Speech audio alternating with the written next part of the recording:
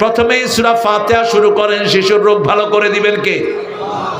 আগেই ডাক্তারে দৌড়ায়েন না। রাসূল বলছেন প্রত্যেকটি ঔষধ শরীরের ভিতরে গিয়ে আল্লাহর কাছে অনুমতি চায়, আল্লাহ অনুমতি দেন আমি তার জন্য চিকিৎসা করব কিনা।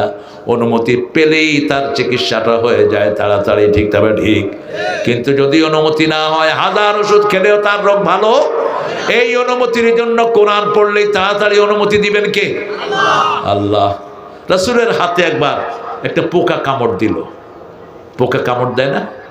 ওই যে একটা পিঁপড়া আছে লাল, কি নাম বলেন আপনার এটা? হ্যাঁ, কি?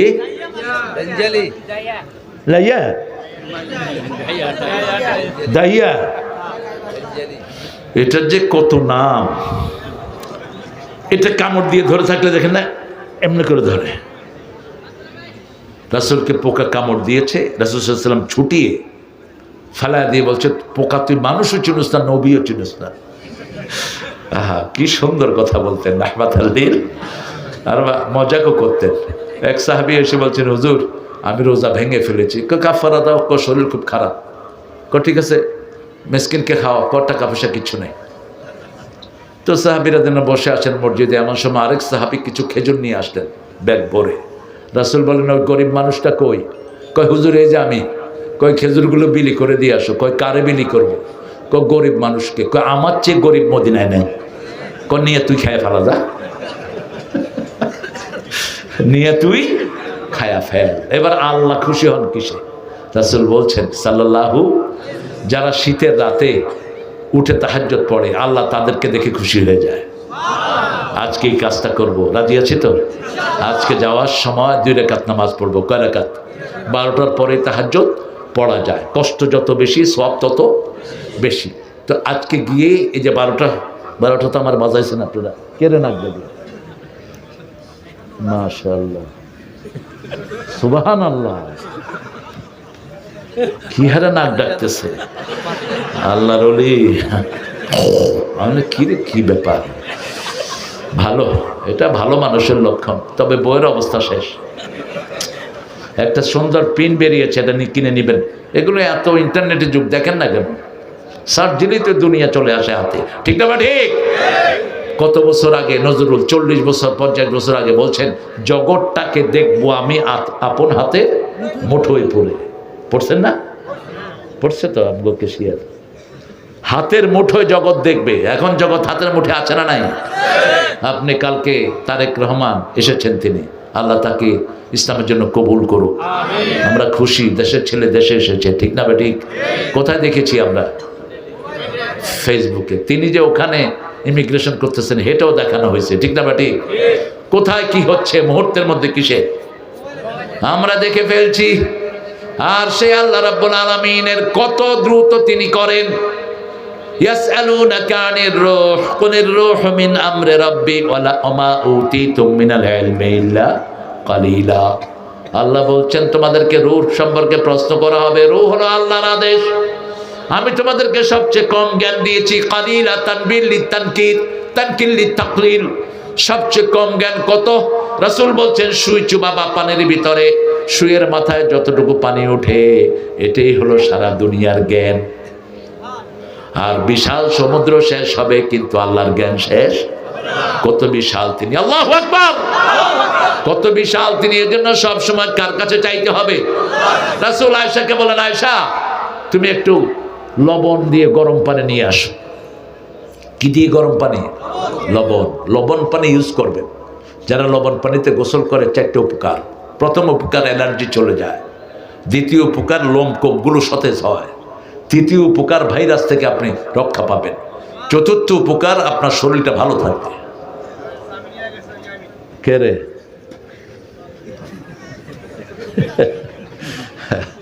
ঠিক আছে, আসতে বলেন। হ্যাঁ ভাইয়া, আপনাদের কষ্ট হচ্ছে না?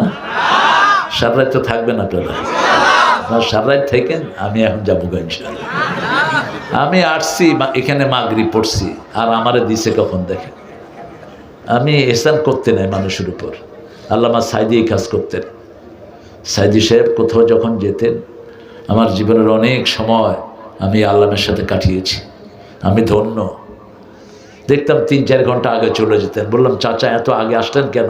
কয় বাবা জানো না মাহফিল কমিটি কি টেনশনে থাকে। ওই যে পাশে হামজা আসে নাই, টেনশন হয়েছে না? কমিটির কোনো দোষ আছে? কিন্তু মানুষ কারে গেলে কমিটির এই যে দেলোয়ার অবস্থা খারাপ করে ফেলতো। আর এই কেশিয়ার একদিকে ধরতো আর আমগো মুয়াজ্জেম আরেক দিকে ধরতো। এই জন্য আপনি যারা দাওয়াত নিবেন, দাওয়াত গ্রহণ করাটা সুন্নাহ। গ্রহণ করলে আশাটা কি? আশাটা ফরজ। আশাটা কি? যদি শরীয়তের কোনো কারণ না হয়, আপনি সিভিয়ারলি অসুস্থ, আপনি আসতে পারতেছেন না, এটা একটা শরীয়তের কারণ। দ্বিতীয়, আপনার জীবন ভয়ের মুখে। আওয়ামী লীগের সময় যেটা ছিল, আছে না নাই? ওই যে হামজা এক মাহফিলে তারা দাওয়াত দিছে, এক জেলা আমির নড়াইলের আছে হাফেজ। তো হামজারে ফোন করছে, আপনি কদ্দূর? হামজা কয় যে আমি 30 কিলো দূরে আছি। কয় আমি 60 কিলো দূরে চলে গেছি, আপনিও ঘুরেন। কয় কেন? কয় মাহফিল কমিটিতে এখন পুলিশ। এরকম হয়েছে কি না? হয়েছে। এটা জানের খাতরা। 3 নাম্বার, আপনি আপনার ঘরে এমন একটা কাজে ফেসে গেছেন যে আপনি ছাড়া ঘরের ওই কাজটা সমাধান হওয়ার কোনো উপায় নাই। কি করবেন এখন? অথবা আপনি যেখানে যাবেন, যাওয়ার কোনো যানবাহন নেই, এটা ভ্যালিড কজ। এছাড়া যদি আপনি মিস করেন, এই সব মানুষের গুনাহ আল্লাহ তোমার আমলনামায় দিবে। তুমি যেই হও, মানুষের কষ্ট হয়, ঠিক না? ঠিক। আবার খাওয়ার দাওয়াত গ্রহণ করা সুন্নত, গ্রহণ করলে আশাটা কি?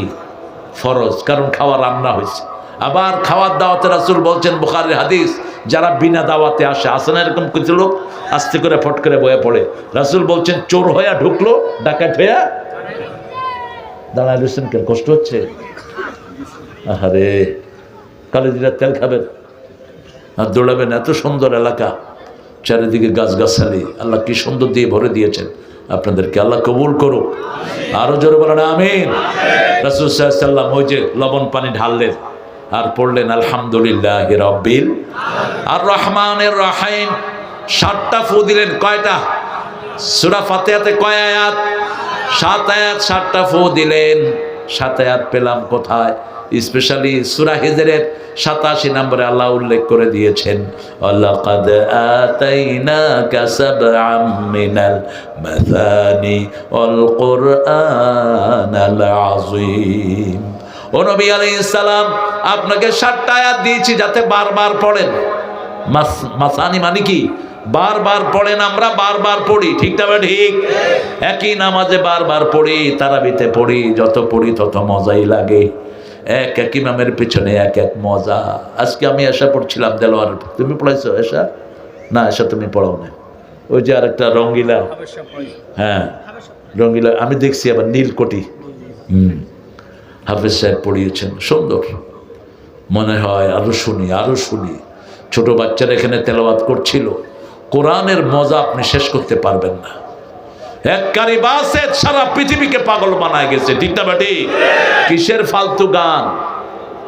ওই মমতাজের খবিশ গানও নিজেও শুনে না, কিন্তু তেলাওয়াত প্রত্যেক মানুষ শুনে, ঠিক না? ঠিক। একটা গান আজকে গাইলো, কালকে পুরাণ হয়ে যায়, কিন্তু কোরআন কখনো পুরাণ হয় না। রাসূল বলছেন লা ইউবলা আজাইবুহু ওয়া লা ইউহসা গরাইবুহু। কোরআন এমন কিতাব যেটা কোনোদিন পুরাণ হয় না, এটার নতুনত্ব কখনো ফুরিয়ে যাবে। যত পড়বেন তত মজা ঢেলে দিবেন কে? মা আয়েশা বললেন, ইয়া রাসূল, আপনি ফু দিলেই হতো। রাসূল বললেন, ফুটা হলো আল্লাহর রহমত, আর ওই লবণ পানি হলো এই ব্যথার ঔষধ। দুইটা মিলে চিকিৎসা পরিপূর্ণ হয়ে যায়। আমরা 2 গ্রুপ, এক গ্রুপ শুধু ফুয়ের দিকে দৌড়ে, আর এক গ্রুপ শুধু ওষুধের দিকে দৌড়ে, এই জন্য পরিপূর্ণ হয় না।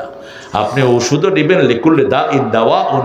রাসূল বলছেন প্রত্যেক রোগের জন্য ঔষধ সৃষ্টি করেছেন কে? আল্লাহ সৃষ্টি করেছেন। আপনার মধ্যে ডিফিসিয়েন্সি হয়, যে কোনো একটা অভাব হয়, সে ধরেন আপনি অনেকদিন ধরে পানি ঠিক মতো খান না, তখন পানি না খেলে যে সমস্ত অসুখগুলো হবে সেটা আপনার শরীরে দেখা দিবে।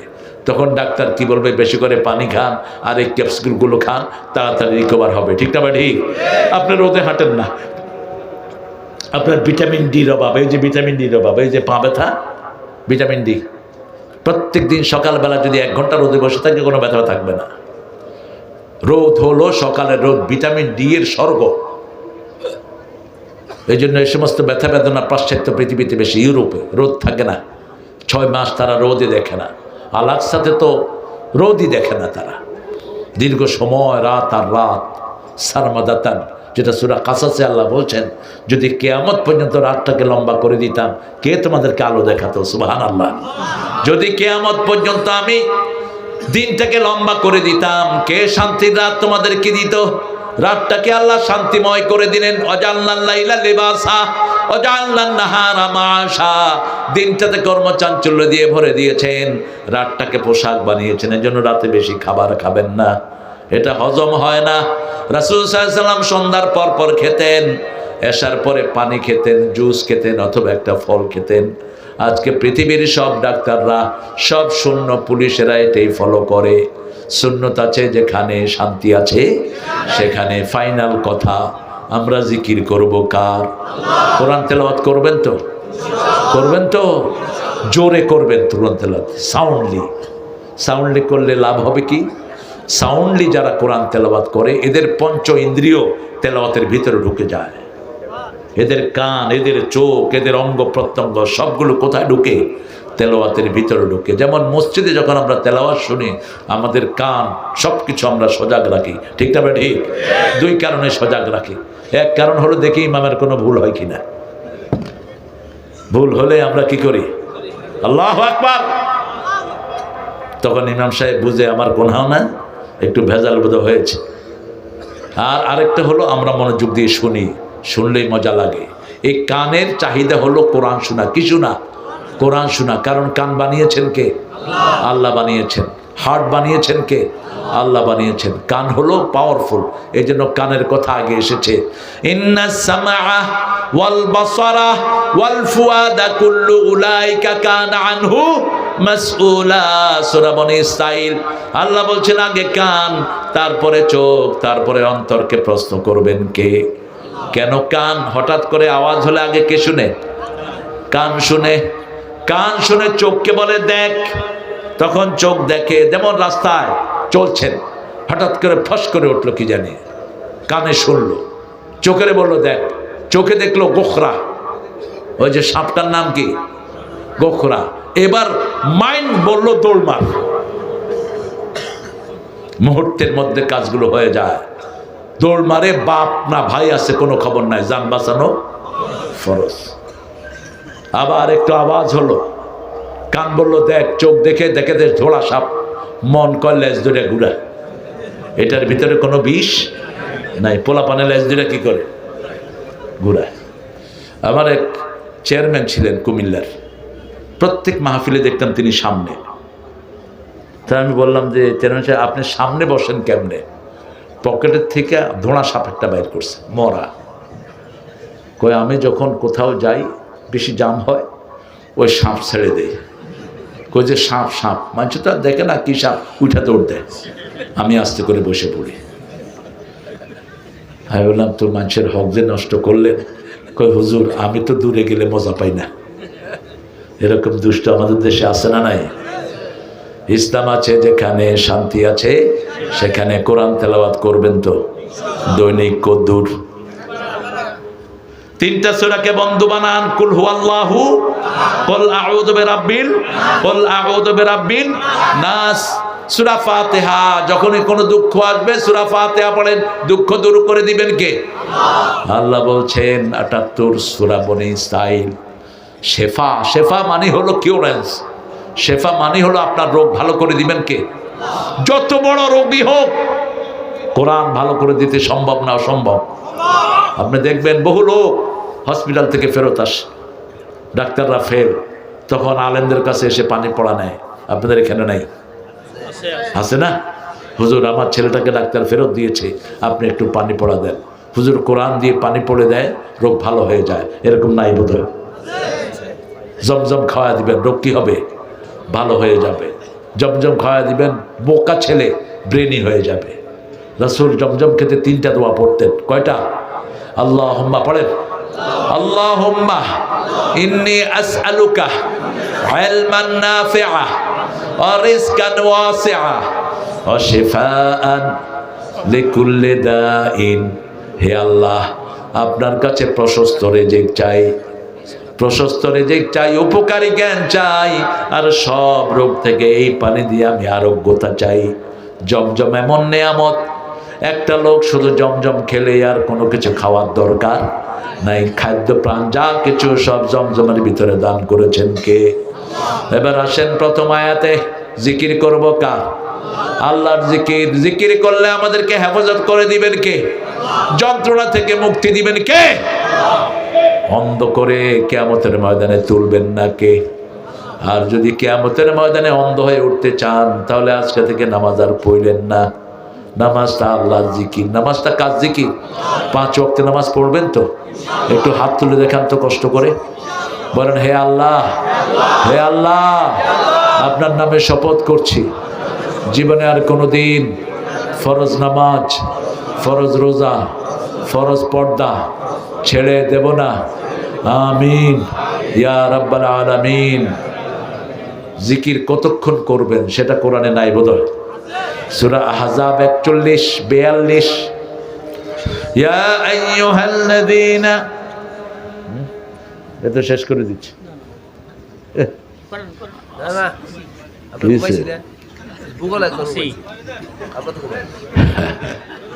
আপনারা ভালো মানুষ না, চলবে না এখন, এখন আরো লম্বা করলে আপনারা ফজর মিস করবেন। অলরেডি 12টা 10, কি মনে করেন? হ্যাঁ, কতক্ষণ হয়েছে বলেন তো দেখি?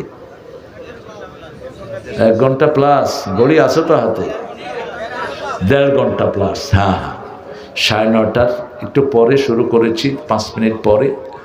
এখন আমাদের প্রায় আন্না বাবা, যদি আপনারা 8টায় উঠাতেন হয়তো 11টা পর্যন্ত হয়ে যেত, কিন্তু আপনারা উঠেছেন এমন সময় আমার অনেক ছেলে শীতের কারণে চলে গেছে, আর যারা দাঁড়িয়ে আছে আপনাদের চেয়ে বেশি সওয়াবেরা পাবে। এই ছেলেগুলো দেখেন একটু সরে নেই, আর আমার মায়েরা দেখেছি ছোট বাচ্চাকে কোলে নিয়ে দাঁড়িয়ে আছে। আল্লাহ আমার সব মাকে আপনি কবুল করেন।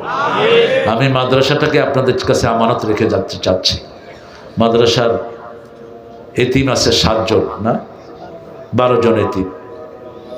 প্রত্যেকটা এতিমের দায়িত্ব একজন একজন করে নিয়ে নেন। 12 জন এতিমের 12টা এতিমের দায়িত্ব নেন, টেনশন কমে যাবে। অথবা চাউল থাকলে চাউল দেন, ধান থাকলে ধান দেন। আপনারা যে কোনো একটা এতিমের দায়িত্ব নেন। রাসূল বলছেন যারা এতিমের দায়িত্ব নেয় ওরা এইভাবে আমার সাথে জান্নাতে থাকবে। কাফিলুল ইয়াতিম হাতাইনি ফিল জান্নাহ, এইভাবে জান্নাতি হয়ে যাবে আমার সাথে। একটা এতিম এখানে কত লাগে, ঢাকার বাহিরে কত খরচ কম। ঢাকা শহরে একটা বাচ্চাকে পড়ানো, মাদ্রাসায় পড়ানো কঠিন। এক একটা ছেলের পেছনে 15,000 20,000 করে যায়, আর আপনারা 15,000 দিলে এই বাচ্চার সারা বছরের খরচ হয়ে যাবে। এত সস্তা গ্রামে আমাদের। এখানে পয়সাওয়ালাকে দেখো তো দেলোয়ার, সবচেয়ে বেশি পয়সা কার? সেক্রেটারির পয়সা আছে কেন?